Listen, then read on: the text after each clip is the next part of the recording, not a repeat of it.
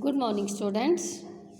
हम अपनी नैतिक शिक्षा की बुक का लेसन नंबर 7 रीड कर रहे थे। अभी तक हमने आधा ही लेसन रीड करा था कि राजा को एक रास्ते में एक बहेलिया मिलता है और उसके पास 2 तोते होते हैं। उनमें से दोनों तोते राजा अपने मंत्री को भिजवा कर खरीद लेता है और वह अपने महल में ले जाता है। फिर तोता जो पहला तोता होता है वो राजा को प्रणाम करता है और संस्कृत में श्लोक सुनाता है, लेकिन दूसरा तोता होता है वो सोया होता है और वह क्या करता है कि बाद में शाम को जब राजा वापस आते हैं तो वह गालियाँ निकालना शुरू करता है। इससे आगे हम पढ़ते हैं।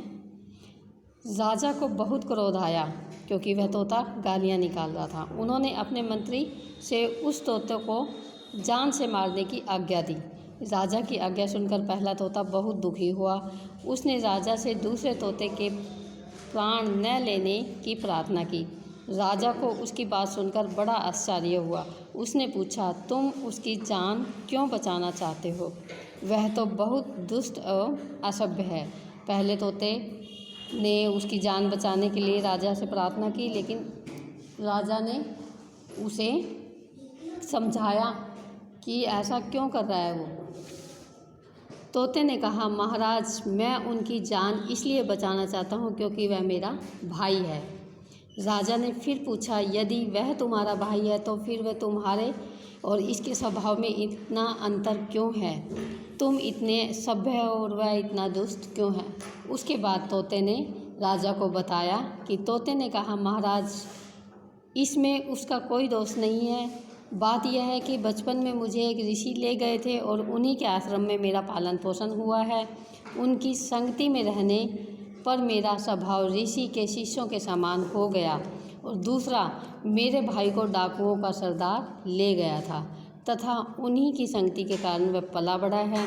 चोर डाकुओं की संगति में रहने के कारण उसकी आदतें भी वैसी ही बन गई हैं। जो जैसी संगति में रहता है उसे वैसा ही प्रभाव पड़ता है।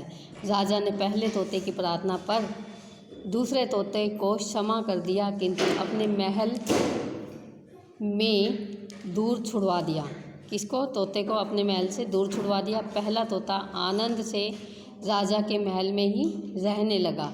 तो ये थी हमारा लेसन नंबर 7, संगति का प्रभाव। तो पता लगा ना, जैसी संगति में रहोगे वैसा ही असर होगा। इस कहानी से हमें क्या शिक्षा मिलती है कि मनुष्य जैसी संगति में रहता है वैसा ही बन जाता है। अतः हमें सदैव अच्छे लोगों की संगति में ही रहना चाहिए। तो ये था हमारा lesson number 7। Thank you students. Have a nice day.